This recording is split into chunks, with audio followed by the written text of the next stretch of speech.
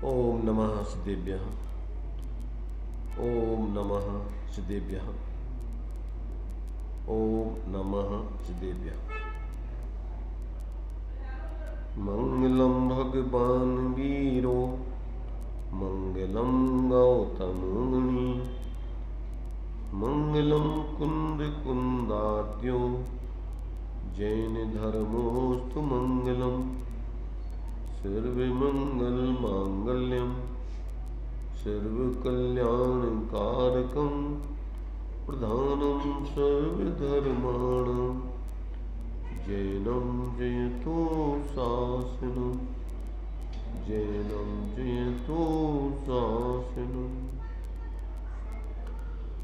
सकल विभाव अभाव कर किया आत्मकल्याण परमानंद सुबोधमय नमो सिद्ध भगवान आत्म सिद्धि के मार्ग का जिसमें सुभग विधान उस समाधियुत तंत्र का करूं सुगम व्याख्यान।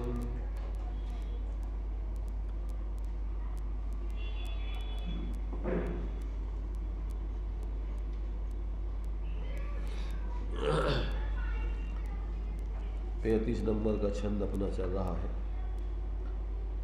इस 35 नंबर के छंद में आचार्य देव ने जिसका मन राग द्वेष रूपी कल्लोलों से डोलायमान हो रहा है, उसके लिए वह निर्दोष अपना चैतन्य स्वरूप आत्म तत्व के दर्शन नहीं होते। जिसका मन इन राग द्वेष मोह आदि की कल्लोलों से रहित है, ऐसे उस शांत निस्तरंग मन में उस चैतन्य स्वरूप आत्मा के दर्शन होते हैं। ये बात इस छंद में आचार्य देव ने आत्माराधकों के लिए विशेष रूप से लिखी है। उसी बात को यहाँ थोड़ा खुलासा करते हुए कुछ बिंदु इस श्लोक के बना करके और विस्तार में इसकी अब चर्चा की जा रही है। सबसे पहला बिंदु है अलोल चित्त और लोल चित्त क्या कहलाता है, उसका स्वरूप यहाँ पर बताया जा रहा है। अलोल चित्त व लोल चित्त परिणाम, उसका क्या फल प्राप्त होता है उस अलोल और लोल चित्त का, वो थोड़ा सा खुलासा करते हैं यहाँ पर। अलोल चित्त व लोल चित्त परिणाम, जिसका मन रूपी जल राग देशादिक तरंगों से चलित नहीं होता है, अलोल रहता है, वह ही पुरुष आत्मा के मर्म को देख सकता है। दूसरा, राग देश की तरंगों से खिंचा हुआ पुरुष आत्मा के मर्म को नहीं जान सकता। बड़ी तपस्याएं भी कर ली जाएं, किंतु अंदर से राग देश नहीं हटते, तो अहो आत्म तत्व को देखना तो दूर रहा, यदि बुद्धिपूर्वक राग देश बसाया हो और साधु देश रखकर जगत में अपनी मान्यता का विस्तार किया हो, तो वह उसके लिए अहित की बात है और ऐसे कपट भाव का फल अत्यंत निम्न कोटि की गति में पहुंचना है। हाँ, देखिए यहाँ पर अलोल माने होता है अडोल, और लोल का मतलब होता है डोल, डोलायमान और अडोलायमान। उस डोलायमान होने का कारण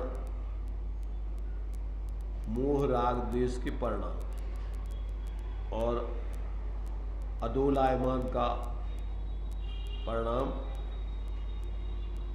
आत्मा के निर्दोष ज्ञान उपयोग जो है, ज्ञानात्मक रहना, निर्दोष उपयोग रहना, उसमें आत्मा के दर्शन होते। अब ये कह रहे कि यहाँ बाहर में तुम तपस्याएं भी कर रहे हो, पर अंदर तुमने पर पदार्थों की पकड़ बना रखी है, एकत्व ममत्व इष्ट अनिष्ट के रूप में। और धारणा में तुमने जमा ली है किसी भी पर पदार्थ में अच्छे बुरेपन की, अपनेपन की कल्पना जमा रखी है, तो ऐसे व्यक्ति को अपने आत्मा के दर्शन नहीं हो सकते। जिस व्यक्ति ने अपने ज्ञान में, अपने सिद्धांत में, अपनी परिणति में, पर पदार्थों में अपनेपन की, अच्छेपन की, बुरेपन की कल्पना धारणा बना रखी, उसके मिथ्यात्वपूर्वक की अनंत आनंदी कथाएं चल रही, ऐसे जीव को ज्ञान निर्दोष नहीं होता। उस ज्ञान, निर्दोष ज्ञान के बिना निर्दोष आत्म तत्व के दर्शन नहीं हो सकते। तो जिसकी धारणा में जब तक तत्व विचार के बल से कोई पदार्थ इष्ट अनिष्ट अपना पराया भाषित ना हो, सब अपने अपने स्वरूप में परिणमित होते हुए, विद्यमान होते हुए दिखें, जड़ चेतन की परिणति सब अपने अपने में दिखे, कोई किसी का कर्ता धर्ता, कोई किसी का मालिक, कोई किसी का स्वामी, कोई किसी का किसी प्रकार से एक दूसरे से किसी का कोई संबंध नहीं। जब तक ऐसा वस्तु स्वतंत्रता के आधार पर निर्णय नहीं होता है और फिर अपने ज्ञान को, अपने ज्ञान स्वरूप आत्मा से ही संबंधित न देखेगा वो कि भाई वास्तव में अपनी परिणति अपने आत्मामय है, अपनी आत्मा को छोड़कर बाहर में अपने परिणाम जाते नहीं, अन्य पर किसी के परिणाम किसी दूसरे द्रव्य में आते जाते नहीं, कोई दूसरा द्रव्य भी एक दूसरे में आता जाता नहीं, तो अब कौन अपना और कैसे अच्छा और कैसे बुरा। जब तक ऐसी वस्तु स्वतंत्रता का ज्ञान में निर्णय होकर और ज्ञान में किसी के प्रति कोई मिथ्या धारणा न बने, न अपनेपन की, न अच्छेपन की, न बुरेपन की, सबकी स्वतंत्रता दिखाई दे कि जितने चेतन पदार्थ है वे सब अपने स्वरूपमय है, जितने जड़ पदार्थ है वे सब अपने स्वरूपमय है, तो अपना किसी से क्या संबंध है, कौन अपना है, कौन अच्छा है, कौन बुरा है, ये सब मिथ्या कल्पना है।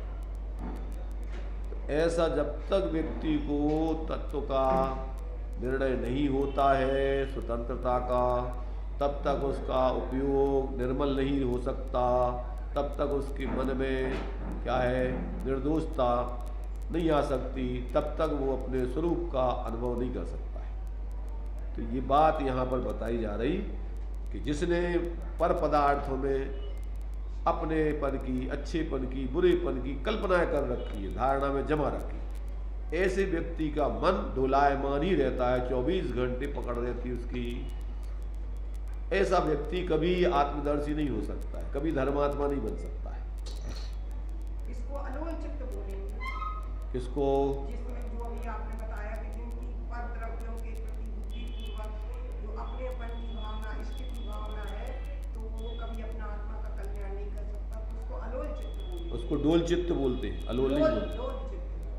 उसका चित्त हमेशा डोलायमान रहेगा, पर में जुड़ा रहेगा, मलिन रहेगा, उसका मन निर्मल नहीं हो सकता है। ऐसे व्यक्ति को आत्मा के दर्शन नहीं हो सकते। जिसने अपने हृदय में शरीर को आदि लेकर बाहर के संयोग, अन्य असमान जाति द्रव्य पर्याय रूप जीव, उनमें किसी भी प्रकार की धारणा पकड़ बना रखी है, चाहे अपनेपन की हो, चाहे अच्छेपन की, चाहे बुरेपन की, ऐसा व्यक्ति अपने उपयोग में अपने ज्ञान स्वरूप आत्मा के दर्शन नहीं कर सकता है।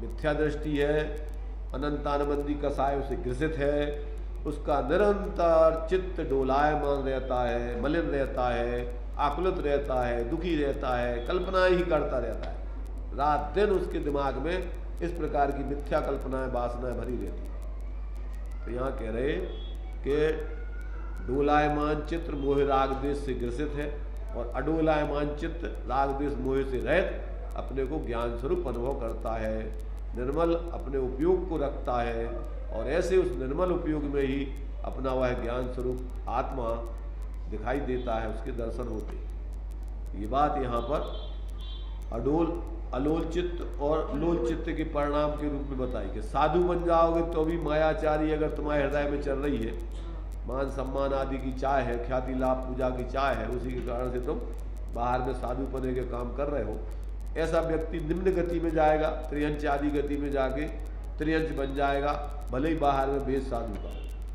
इसलिए कहते ऐसे जीवों का कल्याण नहीं हो सकता है। बाहर का वेश कोई धर्म का कारण नहीं है, और बाहर के मात्र तुमने व्रत आदि त्याग आदि कर दिया वो धर्म का कारण नहीं। अंदर से परिणामों की निर्मलता, वस्तु तत्व की स्वतंत्रता, ये तुम्हारे लिए निर्मलता का कारण है। ऐसा जब तक ज्ञान में नहीं आएगा तब तक तुम क्या कर रहे हो तुम जानो, पर तुम्हारा चित्त निर्मल नहीं हो सकता है, अडोलायमान नहीं रह सकता है, तब तक तुम्हें आत्मा के दर्शन नहीं हो सकते। अब मोहांत की गरीबी नहीं है, इसके आगे है भी निज दर्शन का कारण स्वच्छता और निस्तरंगता। निज दर्शन का कारण स्वच्छता और निस्तरंगता। जैसे किसी निर्दोष जल वाले तालाब में कोई पुरुष अपने चेहरे को देख लेता है तो उस पानी में अपना चेहरा रखने के वहाँ दो कारण हैं। एक तो पानी में गंदगी का ना होना, दूसरे पानी में लहरें ना उठना। कोई पानी लहरों में तो दूर है, कोई पानी लहरों से तो दूर है किंतु गंदा है, वह अपनी छाया नहीं देख सकता। पानी गंदा तो रंजमाद भी नहीं है, पर लहरें चल रही हैं, उसमें भी अपना प्रतिबिंब दिखाई नहीं देता। ऐसे ही मोह की तो गंदगी ना हो और राग देश की गंध तरंगे ना उठें। ऐसा चित्त में ज्ञान में आत्मा का तत्व परछाई स्वरूप दिख सकता है। मतलब क्या है, मिथ्यात्व को गंदगी के रूप में दिया है और राग देश को तरंगों के रूप में दिया है। तरंगों का कारण इष्ट अनिष्ट की कल्पना है, ये अच्छा ये बुरा, ये अच्छा ये बुरा, ये ऐसा ये वैसा। और पर पदार्थों में एकत्व बुद्धि कर लेना, देह जीव को एक गिन लेना, धन संपत्ति में एकत्व बुद्धि कर लेना, उससे अपने आप को अमीर गरीब मानना, ये सब मिथ्यात्व की गंदगी है। ऐसे गंदे चित्त में तुम्हें, जैसे पानी में अगर गंदगी हो तो चेहरा नहीं दिखता, पानी तरंगायत हो रहा हो तो चेहरा नहीं दिखता।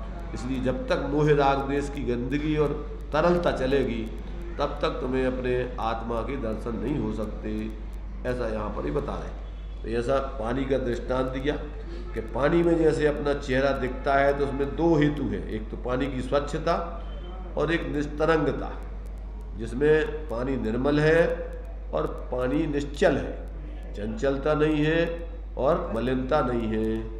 तो यहाँ पर अपने लिए ऐसे ही अपने आत्मा में राग द्वेष की तरंगे ना उठें और पर पदार्थों में एकत्व की गंदगी ना हो, तब जाकर के अपन को अपने उस निर्मल ज्ञान में, निर्मल ज्ञान स्वरूप आत्मा के दर्शन हो सकते हैं। इसके अलावा और कोई उपाय नहीं है।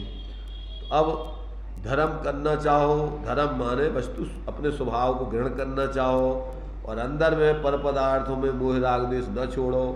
पर पदार्थों का जो भी पकड़ है जिस रूप में, जो अपने लिए मान माया लोभ, तो पर में लोभ हो गए, पर के कारण से अपना बड़प्पन दिखाना चाहो और पर के कारण से मायाचारी करके उसको यदवा तदवा इधर उधर करना चाहो, और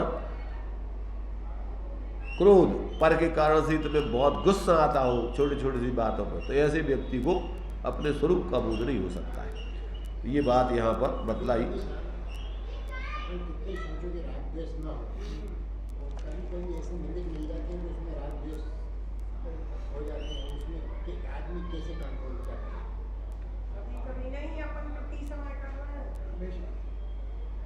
देखो ऐसा है, एक होती है अंदर में अपनी धारणा और एक होता है उपयोग का परिणाम।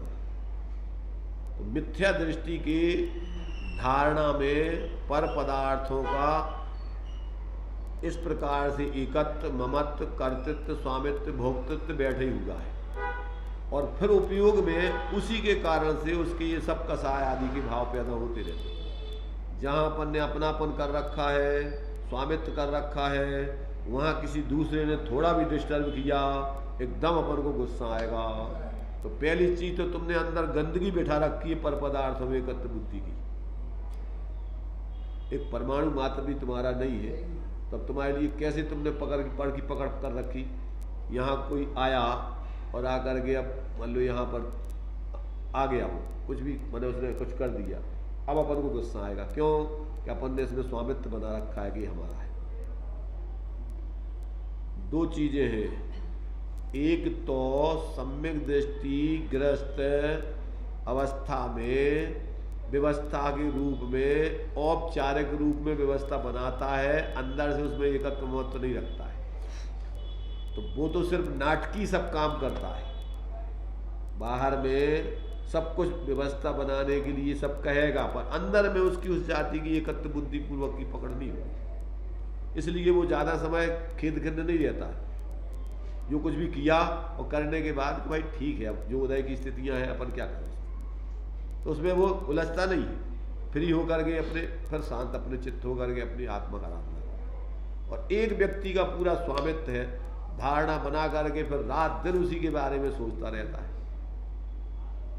तो ऐसे व्यक्ति के परिणामों में कभी निर्मलता नहीं हो सकती। निचली भूमिका में ग्रस्त अवस्था में अस्थिरता जन्य जो भाव होते हैं वो धारा प्रवाह नहीं चलते उसके। पंचम गुण स्थान भारती के ज़्यादा से ज़्यादा 15 दिन तक की उसकी स्थिति बनती है, अवरत वाले की ज़्यादा से ज़्यादा 6 महीने के भीतर भीतर स्थिति बनती है।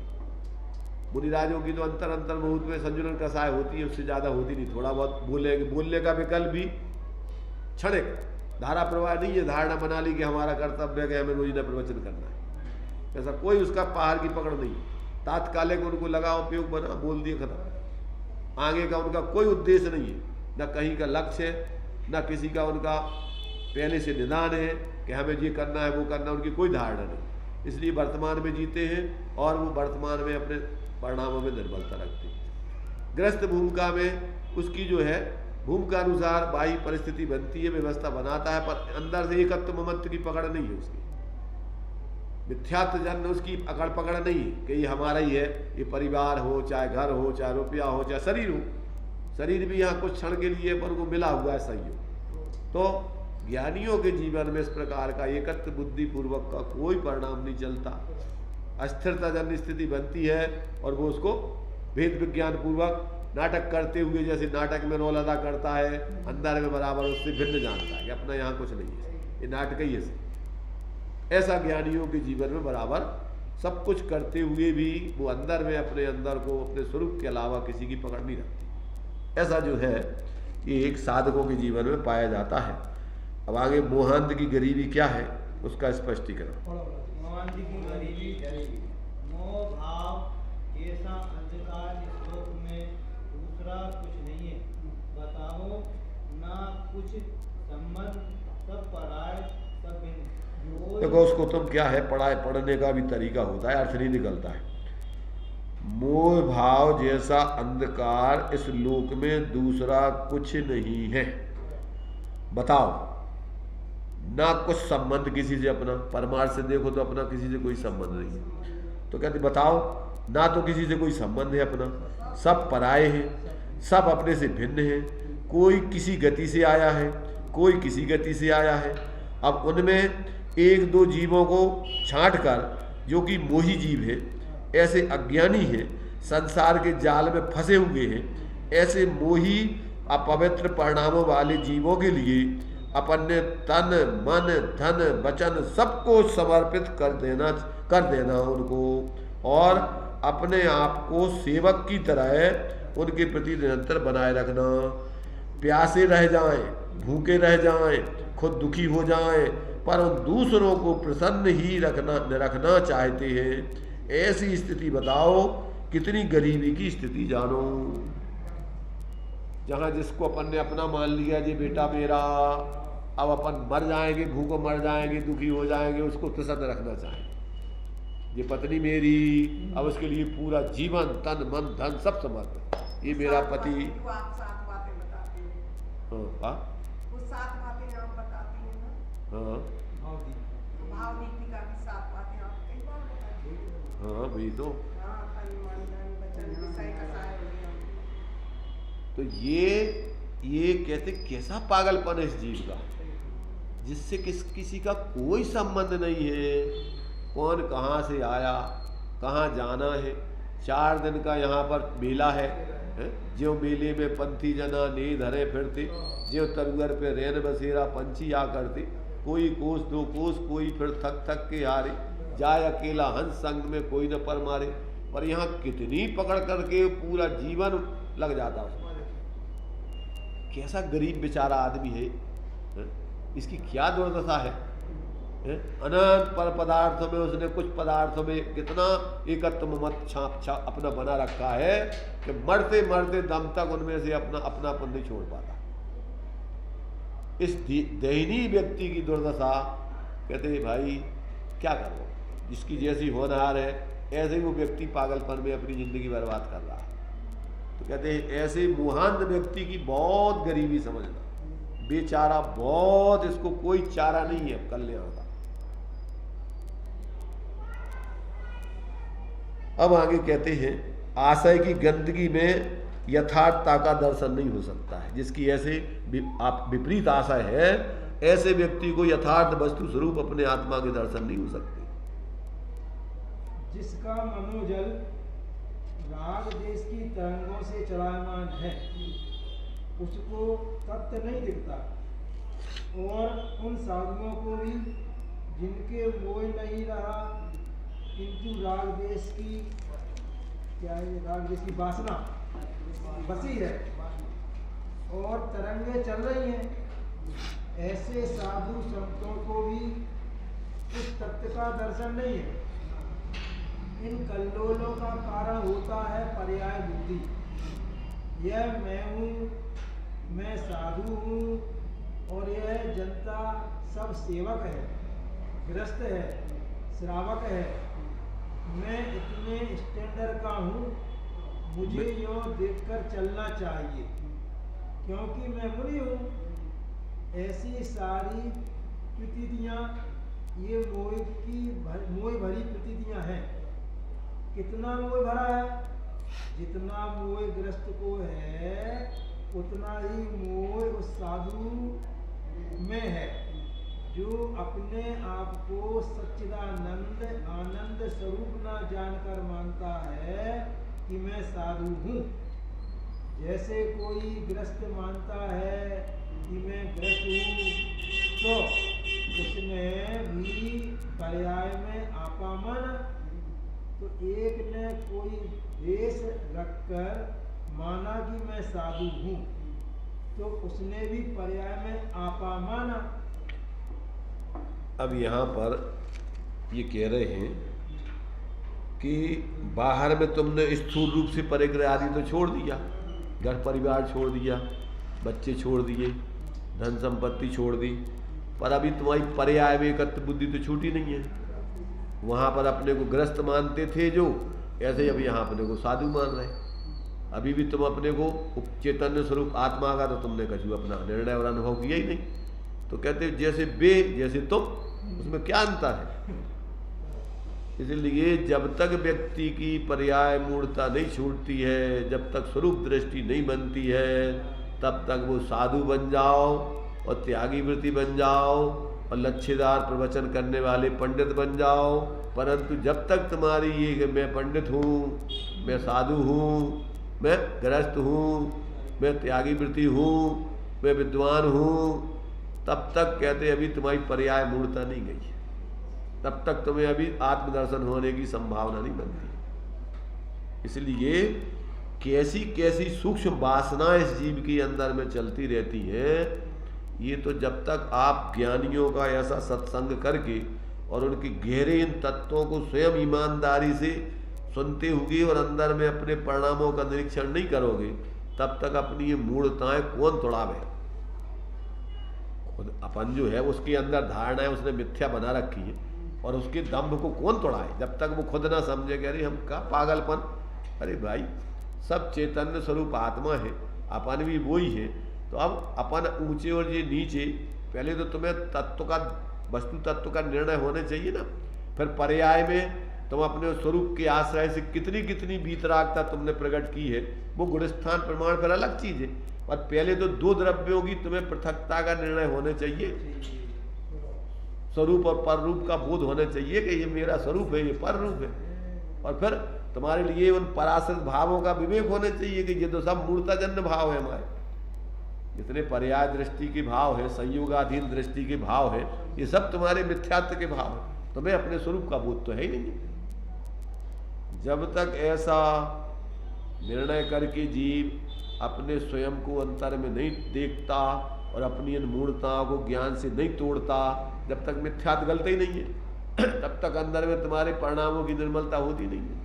इसलिए ताते जिनवा कथित तत्व अभ्यास करीजिए और संशय विभ्रम मोह त्याग आपो लख लीजिए।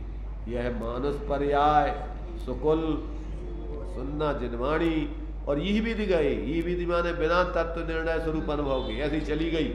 तो कहते जैसे चिंतामणि रत्न को प्राप्त करके समुद्र में फेंक दो, ऐसे ही कहाँ निगूत से निकल के इस मनुष्य पर्याय में जैन कुल में आए और यहाँ आकर के फिर तुमने जो है आत्मबोध नहीं करके और अपना संसार समुद्र ज्यों का त्यों वहाँ अपनी पर्याय को छोड़ दिया।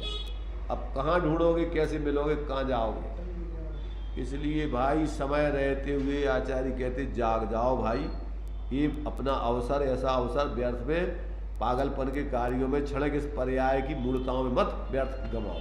इसलिए दौल समाज सुन चीत सयाने काल वृथा मत खोवे, और यह नरभव पर मिलन कठिन है जो सम्यक नहीं होवे।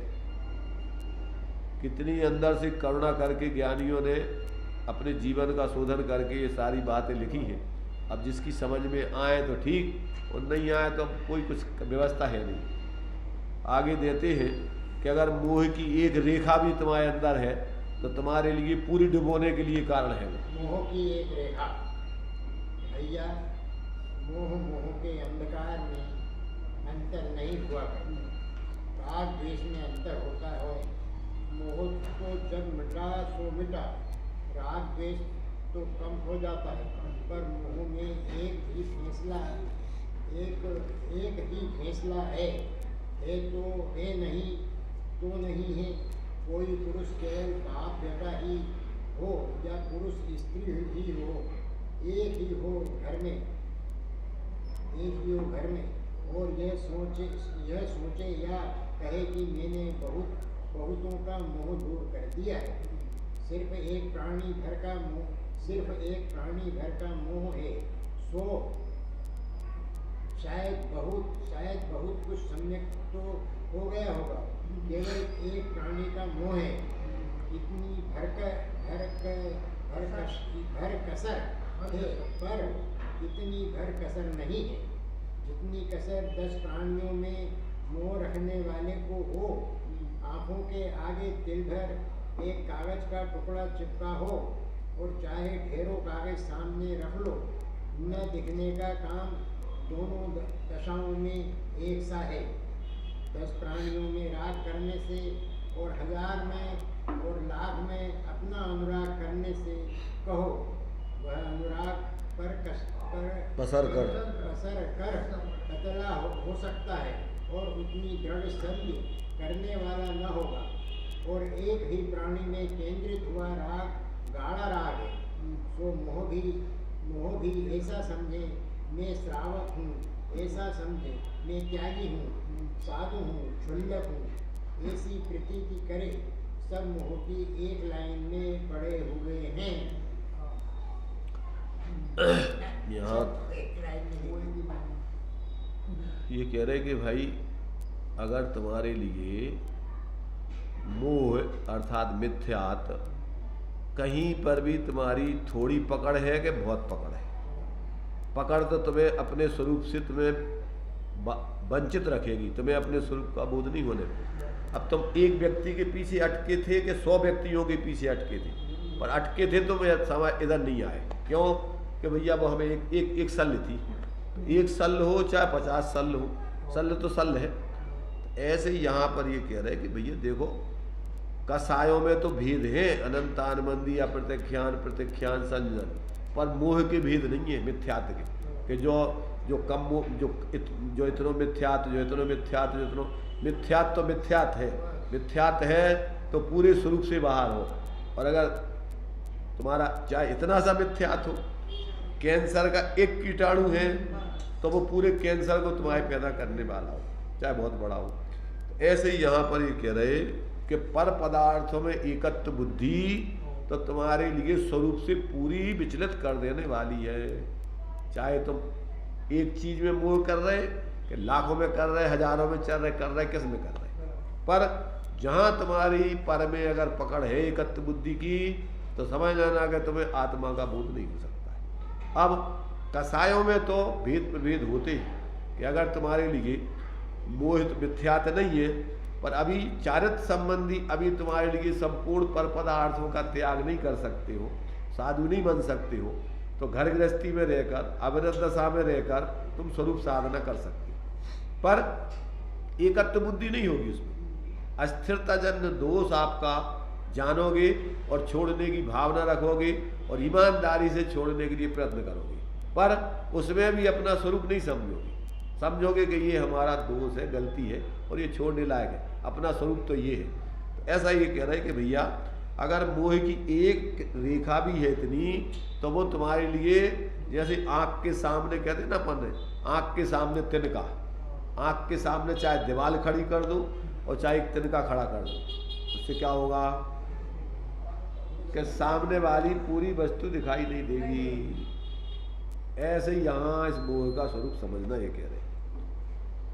अब ज्ञानी की रुचि और अज्ञानी की रुचि में अनवासना। जैसे ज्ञानी गृहस्थ को तुम पढ़ो तो आवाज इसमें भरती है, पढ़ो अच्छे से, पढ़ो जोर से। ज्ञानी की रुचि और अज्ञानी की वासना। जैसे ज्ञानी गृहस्थ को दुकान के या बाहरी काम के करने में झंझट लगता है और चूंकि ज्ञान कला जगी है, ज्ञान है, सुव्यवस्था इतनी सुंदर रखता है कि दूसरे नहीं रख सकते, फिर भी वह ज्ञानी गृहस्थ विरक्त भाव से बाहरी कामों को करता है, करना पड़ता है, गले पड़े बजाय सरी। जैसी स्थिति हो जाती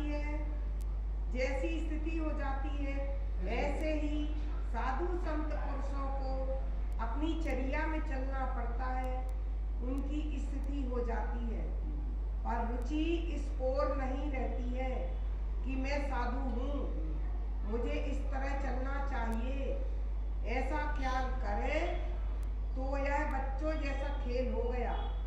बच्चे लोग भी खेल में कभी कुछ से कुछ बन जाते हैं, चोर बन जाएं, सिपाही बन जाएं, अथवा बारात के खेल हैं, यह दूल्हा है, यह इनका बाप है, यह लड़की है। वे 8-10 वर्ष के बच्चे खेल में ऐसी कल्पनाएं कर बैठते हैं।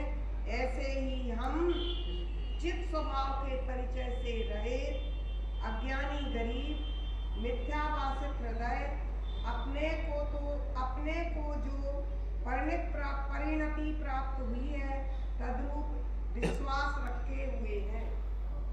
हाँ, दो स्थितियां यहाँ पर बतलाई हैं, एक तो ज्ञानी गृहस्थ की और एक मोही अज्ञानी गृहस्थ की, मुनि की, दोनों उस पर स्थितियाँ बतलाई। एक ज्ञानी गृहस्थ और मुनि की और एक अज्ञानी गृहस्थ और मुनि की। माने दोनों स्थितियों में ज्ञानी गृहस्थ बाहर में सब कुछ व्यवस्थित व्यवस्थाएं बनाते हुए सम्यक ज्ञान में, पर वो मजबूरी जन गले पड़ी बजाय शरीर वाली व्यवस्था को ध्यान में रखकर सारे कार्य करता है, उसमें किसी में मूर्छित नहीं होता है। जैसे ही उस अंदर से आत्मबल बढ़ता है, निर्वृत्ति आती है, छोड़ छाड़ के खड़ा हो जाता है अपनी स्वरूप साधना। तो एक तो वो गृहस्थ अथवा मुनिराज को भी चर्या अपनी 28 गुण आदि की पालन करना पड़ती है भूमिका अनुसार, क्योंकि अभी जिस भूमिका में है उस भूमिका में उनके लिए विकल्प आते हैं, परंतु वो अपने आप को मुनि की, मैं मुनि हूँ इसलिए चर्या करने चाहिए इस रूप में नहीं, वो उनके लिए अपने आत्माराधना के अनुरूप वो व्यवस्था है, उसको करते हुए और बराबर उससे विरक्त बने रहते, उसमें एकत्व ममत्व करते तो स्वामित्व नहीं रखते। तो ऐसा जो है कहते हैं कि ज्ञानी की रुचि और अज्ञानी की रुचि और वासना, इन दोनों में बहुत अंतर रहता है।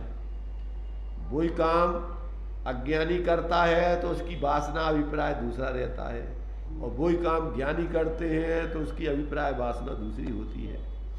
इसलिए जब तक व्यक्ति को अंतर में ऐसा अंदर में आत्मबोध नहीं होता तब तक एक मूर्ख भी साधु बना हुआ तुम्हें दिखेगा, बाहर में सब चर्या करते दिखेगा। एक ज्ञानी भी होगा, वो भी बाहर में ऐसी चर्या, पर अंदर के अभिप्राय में उनके धरती आसमान का अंतर होगा। करते हुए भी उसका वो अपने को अकर्ता देख रहे हैं, वो अपना कर्तव्य नहीं समझ रहे, मजबूरी समझ रहे, और एक उसको धर्म बुद्धि से कर रहा है, एकत्व बुद्धि से कर रहा है। दोनों में धरती आसमान का अंतर है। अपने को मान रहा है कि अपन साधु है और इस चर्या से ही अपनी शान है, ऐसा दोनों की चर्या एक सरी की दिखेगी। हाँ ज्ञानी और अज्ञानी, हाँ चर्या एक सरी दिखेगी बाहर। हाँ, चर्या एक सी करेंगे वो तो क्या है उसमें, पर अभिप्राय दोनों के अलग अलग है। एक में उसमें धर्म बुद्धि कर रहा है वो, और एक उसको मजबूरी जन कर रहा है। भैया ये परिस्थिति निचली भूमिका में सावधानी की है, पापों से बचने के लिए निर्वृत्ति अपन इस प्रकार की प्रवृत्ति करना पड़ रही है। उसको हे जान रहा है, और एक में धर्म बुद्धि है, उपाधि है, एकत्व बुद्धि है उसकी। तो दोनों की प्रवृत्ति बाहर में एक सी होने पर भी उनके अभिप्राय में, उनके परिणामों में दोनों में अंतर है। एक मोक्ष मार्गी है, एक संसार मार्गी। एक संसार को बढ़ा रहा है और एक संसार को काट रहा है। इसलिए बाहर से मूल्यांकन नहीं होता किसी का। वो तो ज्ञानी समझते हैं, वो स्वयं समझता है, जो साधक होता है मिथ्या दृष्टि नहीं समझता। इसलिए ज्ञानी की रुचि और अज्ञानी की रुचि और वासना में, दोनों में इस प्रकार एक जैसी बाहर प्रवृत्ति करते हुए भी दोनों की अंदर में अभिप्राय और भावनाएं अलग अलग होती हैं।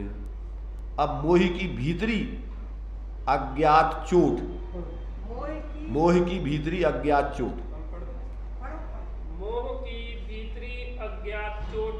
भैया जरा गंभीर दृष्टि से तो देखो कितना अंतर में है यह सम्यक्त प्रकाश। कोई मुनि किसी शत्रु के द्वारा कोलू में भी पेला जा रहा हो और फिर भी मुनि उस शत्रु पर द्वेष न करता हो, विवेक रखता हो कि मैं साधु हूँ, मुझे द्वेष न करना चाहिए, ऐसी प्रतीति यदि है तो द्वेष की तरंगों की बात क्या कहें। अभी मोह और मिथ्यात्व की गंदगी भी है। एक आत्मा के स्वरूप से नाता रखकर ज्ञायक स्वरूप मात्र में हूँ ऐसी ही सुध बनाते हुए अब चूंकि बहुत सा राग देश भाव घट गया है, तो वह कौन कपड़ों के संभालने में लगे, कौन घर की संभाल में लगे, कौन आरंभ के कार्यों में लगे, तो सहज ही ऐसी उनकी चर्या चलने लगती है जो साधु धर्म के अनुकूल है। यह उनकी अंतरंग चर्या है। जो यह मैं कहे और जो यह कहे कि मैं साधु हूँ, मुझे यो करना चाहिए, यह उसका हठ योग है, सहज योग नहीं। अब जानो कि राग देश और मोह के कल्लोल और गंदगियों कितनी गहरी हुआ करती हैं। मैंने अंदर में कहाँ कहाँ से व्यक्ति के मोह राग देश की पकड़ बनी हुई है, और ज्ञानी उस अंतरंग की मोह की अज्ञात जो लोग नहीं समझ सकते हैं उस पर कैसा प्रहार करके उसको तोड़ता रहता है। ये दोनों का जो है जीवन बिल्कुल भीतरी होता है, बाहरी कोई नहीं समझ सकता।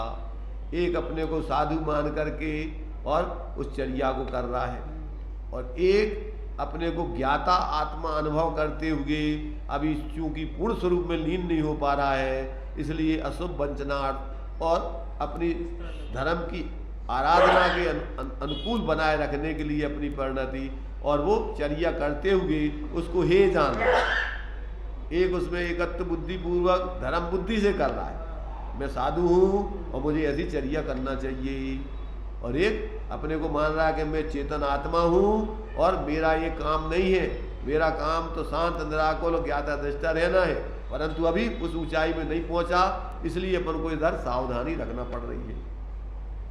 तो ये अंतरंग के अभिप्राय और परिणामों को बाहर से कोई नहीं तोल सकता कि कौन सा कार्य किस अभिप्राय से कर रहा है। अब वो बिना तत्व ज्ञान आत्म ज्ञान के वो चर्या बनती नहीं, नाटक नहीं होता। नाटक तो हो सकता है धर्म का, परंतु धर्मात्मा नहीं बन सकता है जब तक अंदर में आत्मा का अनुभव नहीं हो, तत्व का निर्णय नहीं हो, तब तक धर्म का नाटक तो कर सकता है वो, पर धर्मात्मा नहीं बन सकता है। धर्मात्मा वही बन सकता है जिसको अंदर में धर्मी आत्मा का अनुभव हो गया, उसका आश्रय है, वही व्यक्ति धर्मात्मा बन सकता है। तो ये जो है कहते हैं ये मोह की भीतरी अज्ञात पकड़, उस पर ज्ञानी ही चोट करता है, अज्ञानी नहीं समझता उसको। मैंने यहाँ मिथ्यात्व को कीचड़ के रूप में लिया और चालक मोह को तरंगों के रूप में। वो तो बहुत पहले निकल गया, अब तुम कहाँ यहाँ थे? भी हाल पड़ा ना। इतना का पढ़ो। साधु राग देश की तरह वो भी राग बात देश क्या को करें? कल्लोल गंदगियों, कितनी गंदगी लिया ना, गंदगी। अरे वे सब गंदगी है, तो मिथ्या दृष्टि की बात चल रही जाओ। देश की तरह सब ये भीतरी बता रहे कि ये अंदर राग द्वेष भाव का तो कितना घट गया, वो घटाने की बात कर रहे हैं। चौथी लाइन में और इतना मिथ्यात्व की गंदगी भी है और देश की तरह राग देश की तरंग भी है। ठीक है। वो मिथ्या दृष्टि की बात चल रही बा। दोनों की मिथ्यात्व। जिस लोग अभी अपने को साधु मान रहा है, तो अभी तो उसको राग द्वेष की घटने की बात तो छोड़ो, अभी तो कह रहे हैं वो तो मिथ्यात्व की गंदगी के संग है और अनंतानबंदी कसाय में जी रहा है। दो ही चीजें चल रही उसकी। और जो सम्यक दृष्टि है तो उसकी तो कसाएं इतनी घट गई है कि उसके लिए अब कौन संभाले झंझट, कौन करे घर गृहस्थी की, कौन इसमें उलझे, इसलिए वो तो निर्वृत्ति करके अपनी स्वरूप आराधना कर रहा है। मैंने गंदगी चली गई उसकी मोह दर्शन में। जो साधु है ये मिथ्या दृष्टि इसमें है, जो कोलू में जैसे पहले जा रहे हैं, तो वो साधु मतलब जैसे उन्होंने कोलू में पहले जा रहे हैं, कहाँ कोलू पे ले जा, फिर भी मुनि उस शत्रु पर द्वेष न करता, द्वेष तो नहीं कर रहा है, विवेक रखता हो कि मैं साधु हूँ, मुझे द्वेष न करना चाहिए, ऐसी परिस्थिति यदि है तो द्वेष की तरंगों की तो बात क्या कहें। अभी मोह और मिथ्यात्व की गंदगी भी है, ऐसे द्वेष तो नहीं है उनको साधु को। अरे वे कह रहे हैं द्वेष को बाप है, अबे तो द्वेष की तो छोड़ो तुम, अबे ये कह रहा है तो मिथ्यात्व है उसके अंदर, राग द्वेष की बात तो दूर रहो। मिथ्यात्व मतलब मुनि को पहला जा रहा है, मतलब खाने में पहला, वो मिथ्यात्व मुनि है क्या? मुनि मिथ्या दृष्टि उस समय, वो बस यही तो बता रहे हैं, वो यही बता ये बता रहा है कि जो अपने को मुनि मान करके और गुस्सा नहीं कर रहा है कि हम मुनि हैं, हमें गुस्सा नहीं करना चाहिए, अगर हम गुस्सा करेंगे तो नरक में जाएंगे, इस भाव से कर रहा है तो वो तो अभी मिथ्या दृष्टि साधु है। अंदर में ये भाव हाँ, उसके अंदर ऐसे भाव चल रहा है और इसलिए वो द्वेष नहीं कर रहा है। किस लिए नहीं कर रहा है कि अपन साधु है, अपन को इन पर द्वेष नहीं करने चाहिए, द्वेष करेंगे तो अपन को नरक में जाना पड़ेगा, पाप का बंध होगा, ये मान करके नहीं कर रहा है। ये नहीं सोच रहा है कि अपन जीव है, राग द्वेष करना अपना स्वरूप नहीं है, अपन तो बीतराग और ज्ञाता दृष्टा रहना स्वभाव, इस रूप में नहीं मान रहा है। वो क्या मान रहा है, अपने को मुनि मान करके नहीं कर रहा है, मजबूरी है उसकी, इसलिए मिथ्या दृष्टि साधु है। तो अभी तो उसके तो राग द्वेष तो ठीक है, मिथ्या चल रहा है अभी इसके, अभी तत्व का ही निर्णय नहीं है उसको। जैसे मुनिराजों को उपसर्ग हुआ, हाँ, तो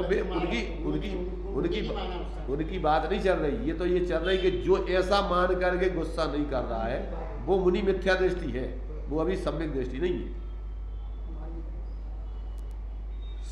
संतोष और असंतोष कृति, संतोष और असंतोष कृति। मान लो धर्म के नाम पर कोई थोड़ा बहुत कार्य करके, कोई पूजा करके विधान कर ले और अपने को माने मैंने सब कुछ कर लिया है, तो यह उसका भ्रम है। कितने ही भादों व्यतीत कर डाले, कितनी ही 10 लाखनी गुजार डाली, और जब 10 लाखनी आती है तब उतनी ही बातें जानन की आदत 20-25 वर्षों से पड़ी है। उतना ही कार्य करके अपने को कृतार्थ मान लेते हैं, किंतु धर्म का मर्म कितना गहरा है, हम कभी इन धार्मिक प्रसंगों में सर्वपर वस्तुओं को भूलकर केवल ज्ञान प्रकाश का ही अनुभव ला सकते हो। ऐसी स्थिति आए तो संतोष कीजिए। परिवार के, वैभव के या समाज के बीच कुछ भली चेष्टा कर लेना, इसका संतोष ना कीजिए।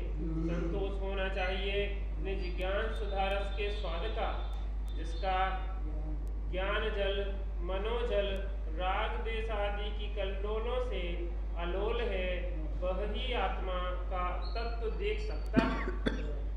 धर्म में किसी को दिखाना नहीं है। धर्म तो सहज ज्ञान स्वभाव की दृष्टि पर निर्भर है। जो कर सके उसी का भला होता है। पूजा में पढ़ा करते हो ना, चाहे अपवित्र हो चाहे पवित्र हो, चाहे अच्छे आसन से खड़ा हो चाहे अटपटे खड़ा हो, कैसी भी अवस्था में हो, यदि इस आत्म तत्व का ध्यान है, परमात्मा स्वरूप का स्मरण है, तो वह सर्वत्र पवित्र है। कितनी बढ़िया है, कितनी बढ़िया है।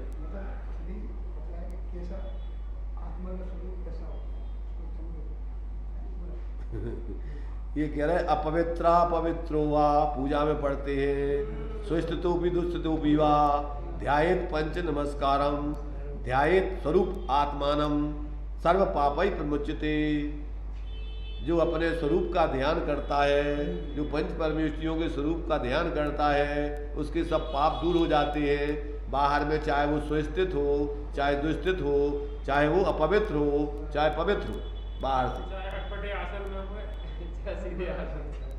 द्वैस्थित माने अटपटी को आउट है, द्वैस्थित आसन माने का स्वस्थित हो चाहे द्वैस्थित हो। तो द्वैस्थित माने कैसे भी स्थिति बनी हो, सही जगह नहीं है, खड़े हुए वो कैसा हुए, पर अंदर में उसके अपने स्वरूप से जुड़ान है, पंच परमेष्ठियों के स्वरूप से जुड़ान है, तो वो पवित्र है। उसके परिणाम धर्म की चल रहे हैं। जैसे कोई साधु गिर पड़ा है कुछ और छपक से नहीं चढ़ सकता है बड़ी स्थिति। जब उपसर्ग में समुद्रों पटकते हुए केवल ज्ञान हो सकता है, तो गिर जाए वो का हो। जब उनको पटकता हो जाए कैसे भी, और उसे उनको ध्यान लग जाए, तो ऐसे गिर जाए वो कौन सा का परेशान। बाहर से गिर वो नहीं गिर, वो अंदर से तुम्हारा उपयोग से गिर रहे का कि नहीं, जो है मूल तो गिर वो तुम्हारा, कि तुम्हारे परिणामों में उनमें एकत्व बुद्धि हो गई। इसलिए धर्म कोई गहरी मार्मिक स्थिति है, और जब तक इस मार्मिक स्थिति को जीव नहीं समझता, तब तक तो क्या है कि बस वो अपने जो कुछ भी औपचारिकता के समाज में नाम, तो अच्छे जो व्यवहार से काम लगते हैं अपन ने कर लिए समाज में, हाँ बहुत बढ़िया भाई, बहुत बड़ा धर्म है। अरे कहते जब तक तुम अपने ज्ञान स्वरूप आत्मा को पकड़ के किसको दिखाना, ये कौन देखे और काय को तुम्हें दिखाना, अंदर में जब तुम अपने उस ज्ञाता स्वरूप का अवलंबन करोगे तो तुम्हें परम संतोष, तब संतोष की बात है। बाहर में छोटे मोटे काम कर लेने में क्या संतोष रखो। धर्म निरीक्षण का व्यामोह या चर्म निरीक्षण का व्यामोह, धर्म नहीं, चर्म निरीक्षण का व्यामोह शब्द तो कुछ कटु या कठिन है, पर यह तो बताओ कि चमड़े की परीक्षा रखने वाले का क्या नाम रखा है इस दुनिया के लोगों ने। यह गाय का चमड़ा है, यह भैंस का चमड़ा है, यह मुलायम है, यह ठीक है, इसकी जिसे परीक्षा होती है उसे क्या कहते हैं। कुछ कठिन पड़ जाएगा। हम यदि अपने ही चमड़े को ही निरखते रहें, बड़ा प्यारा है, बड़ा अच्छा है, ठीक है, अथवा राग करके दूसरे की चमड़ी को देखकर तो सुनने में कहने में बुरा न लगता हो तो कह देते हैं, फिर कह डालते हैं मन में, कह डालो मन में। तो चर्म के परीक्षक ही कहते हो, मैंने मन में कह डालो, मतलब बोलो नहीं है कि चमार कहते हैं। चमड़े की परख जिसको होती है वो चमार कहलाता है, वो कोई आदमी नहीं कहलाता। बोलने पे पाबंदी है तो वे तुम बुरा मान जाओगे, लोक में उसको अच्छा नहीं मानते हैं। तो वही कह रहे, इसलिए मन में विचार कर लो कि क्या बोलते हो तुम। आगे खुलासा कर रहे चर्म के उपहासकों को संबोधन। अब जो है इस प्रकार जो चर्म का उनका आप उपहास करते हैं, हाँ, तो अब तुम्हारे लाने जो है, अब देखो उसका खुलासा कर रहे हैं। चर्म के उपहासकों को संबोधन बहुत पहले ऋषि हो गए हैं, जिनका नाम था अष्टावक्र ऋषि। उनकी अष्टावक्र गीता है। जिसके 8 अंग टेढ़े थे। एक बार सभा भरी थी, कहा कि हम भी बोले। सो जब वह खड़े हुए तो उनकी शक्ल देखकर दरबार के लोग सब हंसने लगे। जिसको कुछ थोड़ा इस इतिहास का पता हो वह खुद जान जाए कि अष्टावक्र ने लोगों को क्या संबोधन करके बोला। नाम नहीं बोल रहा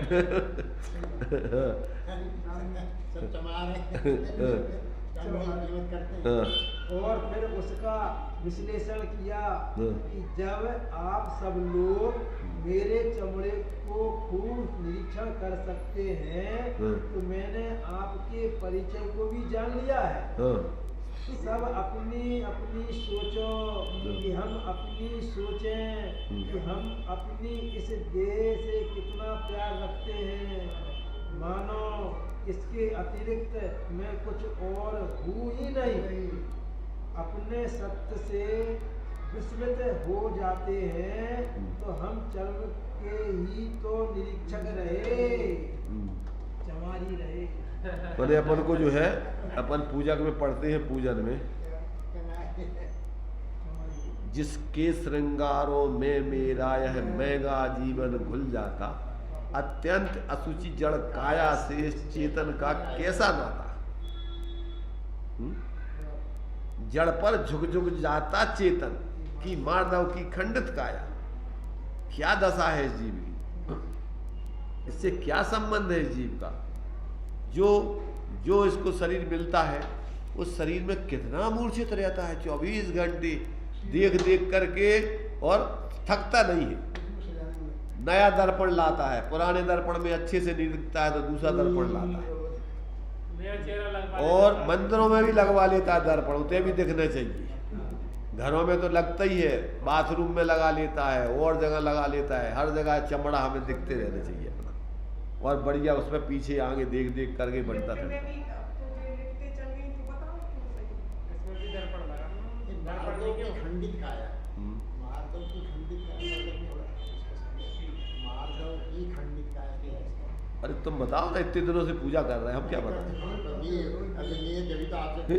अच्छा, जब तुम फिर पूजा क्या कर रहे हैं, जब तुम्हें पता ही नहीं है वैसा, तो तुम्हें फिर पूजा का ही कर रहे हैं, तुम बोल रहे हैं कि अरे भाई, जड़ पर झुक झुक जाता चेतन की मार्दव की खंडित काया। मार्दव मतलब होता है कोमलता, आत्मा का स्वभाव कोमल है, और हमने इस जड़ शरीर पर झुक करके अपने कोमल स्वभाव को खंडित कर दिया, नष्ट कर दिया। कोमल स्वभाव, हम जड़ पे झुक करके और अपने आत्मा के निर्मल स्वभाव को, कोमल स्वभाव को हमने खंडित किया, नष्ट किया।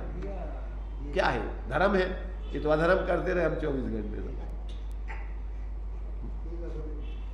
ये सारी चीजें जब अपन विचार करते हैं तो थोड़ा बहुत अपन को लगता है अपने, अगर सही थोड़ा अगर आत्म हित का लक्ष्य हो गए तो, और नहीं इधर तो अंधाधुंध चल रही है गाड़ी, तब पता ही नहीं है क्या कर रहे होगा, और अपने लगे हैं अंधे धुंधे, बस जिंदगी पूरी हो जाती है बिना निर्णय के। इसलिए भैया एक एक अपन वचन जिनवाणी के शांति से पढ़ो, समझते पढ़ो, अपने अभिप्राय को, परिणामों को देख करके पढ़ो तो स्वाध्याय है। और इधर एक पढ़ ली, दूसरी चालू कर दो, तीसरी चालू कर दो, चौथी चालू, पढ़ते जाओ, इसका तो कोई अंत नहीं है। 11 अंग पूर्व तक का पढ़ लेते फिर भी स्वरूप का बोध नहीं करते हैं, कोई मतलब नहीं निकलता है। और तुष्मास भिन्न वाले कि भैया छिलका अलग है और दाल अलग है, ऐसे ही अपनो ज्ञान स्वरूप आत्मा अलग है, शरीर आदि है, छिलका अलग है, इतना बोध कर लो और केवल ज्ञान प्राप्त करके मोक्ष चले गए। तो प्रयोजन की सिद्धि थोड़े में कर लेने वाले का काम हो जाता है, और बिना प्रयोजन का बहुत ज्यादा बकवास करते रहने वाला व्यक्ति भटकता रहता है। इसलिए यहाँ बहुत ज्यादा की कीमत नहीं है, यहाँ तो प्रयोजन भूत कार्य की वक़्त है कि तुम अपने प्रयोजन भूत कार्य को कर रहे हैं कि नहीं कर रहे। बस उस प्रकार से इनको अपन एक एक वचन ज्ञानियों के सुने, समझे, अपना जीवन का निरीक्षण करें, गलती जहाँ हो गए उसका शोधन करें, और फिर सही जीवन जिए तो मानव जीवन की सार्थकता है। नहीं तक तो अभी तक तो अनंत काल होगा भटकते भटकते। चलिए अभी तो अपना टाइम हो गया। वो लगेगी शनिवार आने। नहीं, अब लगना काहे के लाने, तुम आउट हो। हम तो आज कल नहीं आए थे, वो कल विनीता ने वहाँ बुला दिया था 7:30 बजे समोसरण मंदिर तो में। फिर ऐसे ही आज बुला ले, फिर तो कब फायदा। नहीं बुलाया गया, नहीं, इसीलिए तो हमने अपने लिए पूछ लिया, हम तो आ जाएंगे। आप आओगे दीदी? हाँ, 8 बजे से 9 बजे तक। वहाँ पर उनकी क्लास लगती है संध्या को। हाँ तो हैं? क्या कह रहे हैं संध्या ने एक दिन करा देंगे। 2 दिन शनिवार को अपन इधर आ जाया करें। तो इधर तुम्हारे जब उतने चली गई उसे तो है के फिर को आ रहा है। हाँ, मोर दो ही जने हैं। दो जने आ रहे, 2 जने के लाने फिर साधना आएगी साधना। ये भाई जब- साधना तो अब तो वे 7-8 तारीख तक थोड़ा बिजी हैं, काय में बाहर जा वे रहे बाहर जा रहे हैं। चलो छोड़ो तुम अपना, फिर का फायदा हमारे लाने का है, बोले में बहुत नहीं, तकलीफ सही है। बात है, फिर हमें ज़्यादा लोग हो गए तो बोले में ठीक है, अपनों फिर इतनी ताकत लगाओ कोई मतलब नहीं हाँ, है। 2 जन, हम 2 ही हैं। नहीं तो ये अगर ये स्वाध्याय करें तो बैठ जाओ आके कर लो, बैठ दीजिए, एक लोग ये बैठ दीजिए, तो ये तो बैठते ही हैं इनको स्वाध्याय नहीं, पर कभी हमें ऐसा भी लगता कि आज विचार आ रहा था, प्रवचन में समझा रहे थे, वास्तव में कुछ चीजें हमें नहीं बनती। जैसे अभी उन्होंने पूछा कि मानव की खंडित का या वो पढ़ तो लेते हैं रटने में, लेकिन वो भाव भाषण नहीं होता। एक कल भी आपने ये बताया था, विषय कसा है, आत्म के अहित विषय कसा। तो विषय तो समझ, मतलब पढ़ रहे थे, समझ में भी आ रहा था, उसके आगे का कसाय शब्द तो जोड़े ही नहीं रहे थे यार। तो ऐसा लगता है कि आचार्यों ने भी लिख दिया और करुणा करके हम लोग के पढ़ भी लेते हैं परंतु समझ में कुछ नहीं आता। लेकिन उसका लाभ नहीं लेना चाहते उससे। तो लाभ लियो ना, तो अब क्या करोगे, लाभ तो भाई बैठ के समझो। अब तुम लाभ लेना चाहते हो, टाइम निकालो नहीं, टाइम पे आओ नहीं हो, फिर अब अव्यवस्था होगा फायदा। इसलिए देखो आ जाओ, तुम अपने से बैठो, बैठ के